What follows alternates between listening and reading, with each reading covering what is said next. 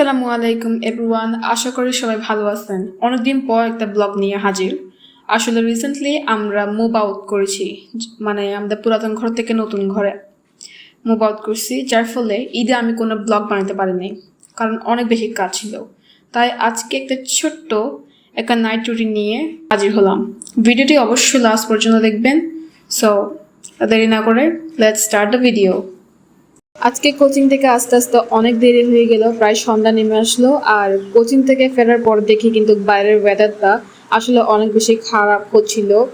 ভালোই হয়েছে, কারণ কোচিং থেকে আসার পরে হয়েছে। কোচিংয়ে যাওয়ার সময় হলে আমার কাছে কিন্তু কোনো ছাতা ছিল না, ভিজে যাইতাম।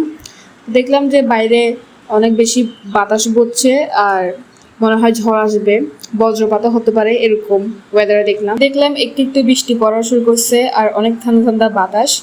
আসলে সারাদিন গরম পড়ার পর এরকম ঠান্ডা বাতাস অনেক বেশি ভালো লাগতেছিল। এরপরে আসলে ব্যালকনি থেকে ঘরে চলে আসলাম। আর ঘরে চলে এসে কিন্তু বেশিক্ষণ বসতে পারলাম না, কারণ কোচিং থেকে এসে আমি আর কিছু খাই নাই, তো পেটে একটু খিদে লাগছিল। আসলে না, আমরা মুভ আউট করার পরও আমাদের অনেক কিছু আসলে আমাদের আগের ঘরে রয়ে গেছে, যেমন রান্না বান্নার জিনিস থেকে শুরু করে বিভিন্ন খাবার জিনিস, চুলা, ফ্রিজ, সব অনেক কিছু কিন্তু এখনো নিচে। তো এখনো কিন্তু আমার আম্মু নিচে রান্না বান্না করে, আর আমাদের নিচে গিয়ে খেয়ে আসতে হয়, এখনো তুলে নেয় এগুলা।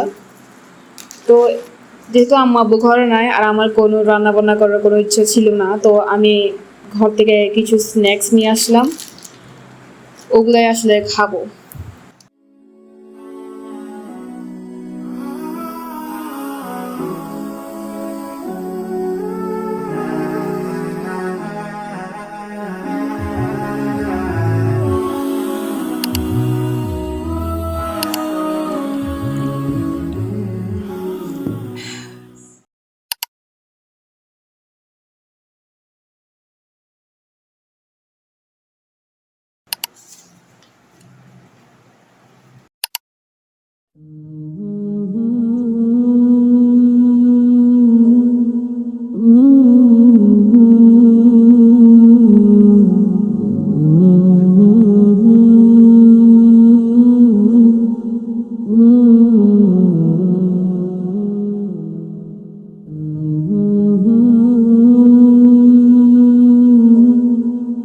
তো এখন এত ধরনের মশকারি করার পর ফাইনালি পড়ালেখার পালা।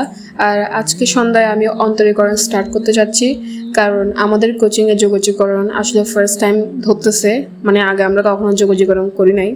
তো যোগাযোগকরণ করার আগে কিন্তু অন্তরীকরণ একটু ভালো করে, বেসিকটা আরও ভালো করে বোঝা দরকার, কারণ যোগাযোগকরণ তো অন্তরীকরণের বিপরীতই।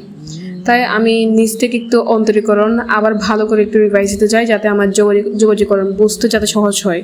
আর আই হোপ দ্যাট পরীক্ষার আগে আমরা এই যোগাযোগকরণ চ্যাপ্টারটা শেষ করতে। আমি যেহেতু এই অন্তরীকরণ চ্যাপ্টারটা অনেকদিন পর করতেছি, তাই আমি আমার নোট খাতা আমার পাশে রাখছি, যাতে যে কোনো সমস্যা আমি আমার নোট খাতাটা লিখতে পারি আর আবার অঙ্কটা ট্রাই করতে পারি।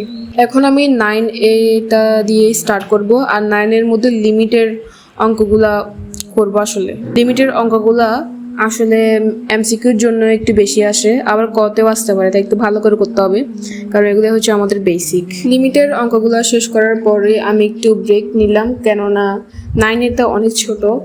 আর ব্রেকে কিছু একটা খেয়ে আসলাম, কারণ আমি তো স্ন্যাক অনেক কিছু খাই নাই, জাস্ট কিছু চানাচুর আর কিছু বাদাম খেয়েছিলাম, তো কিছু একটা খেয়ে আসলাম। এরপরে 9Bটা শুরু করব। ব্রেক নেওয়ার পর এখন আমি 9Bটা শুরু করব।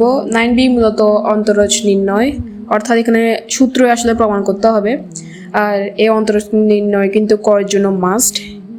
এখানে শুধু একটাই আসলে একটু ঝামেলা করা, যেটা হচ্ছে মানে যেমন e⁻x এর অন্তরজ নির্ণয়। এখানে আমাকে যে ধারা টাইপসের কতগুলো সূত্র বসাইতে হয়, আবার লনের জন্য কিছু আমাদের সূত্র বসাইতে হয়, লনেরগুলো প্রমাণ করার জন্য ধারাকে যে সূত্র বসাইতে হয়। এখন এই ধারার সূত্রগুলো আসলে একটু ঝামেলা করে, কারণ একটার সাথে একটা আমরা মিক্স করে ফেলি, আমিই মিক্স করে ফেলি, অন্য কারো তো জানি না, আমি মিক্স করে ফেলি, প্লাসের জায়গায় মাইনাস, মাইনাসের জায়গায় প্লাস, এগুলো করে ফেলি, যার ফলে আমার অঙ্ক অনেক সময় মিলে না।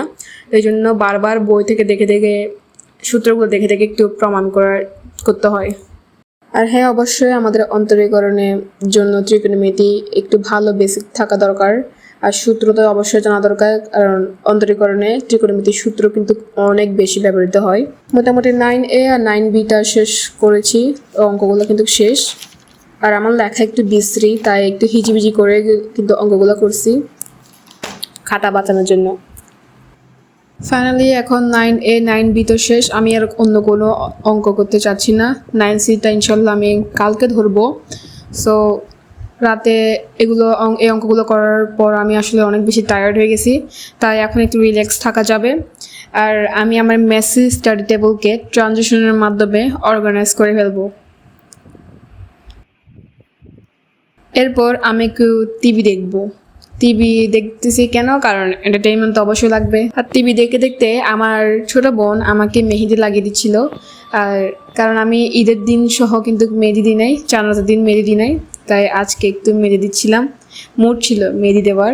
আমার সব বোনই কিন্তু মেহেদি দিতে পারে, শুধুমাত্র আমি দিতে পারি না একমাত্র। তো মেহেদিটা কেমন হলো অবশ্যই সবাই কমেন্টে বলবেন।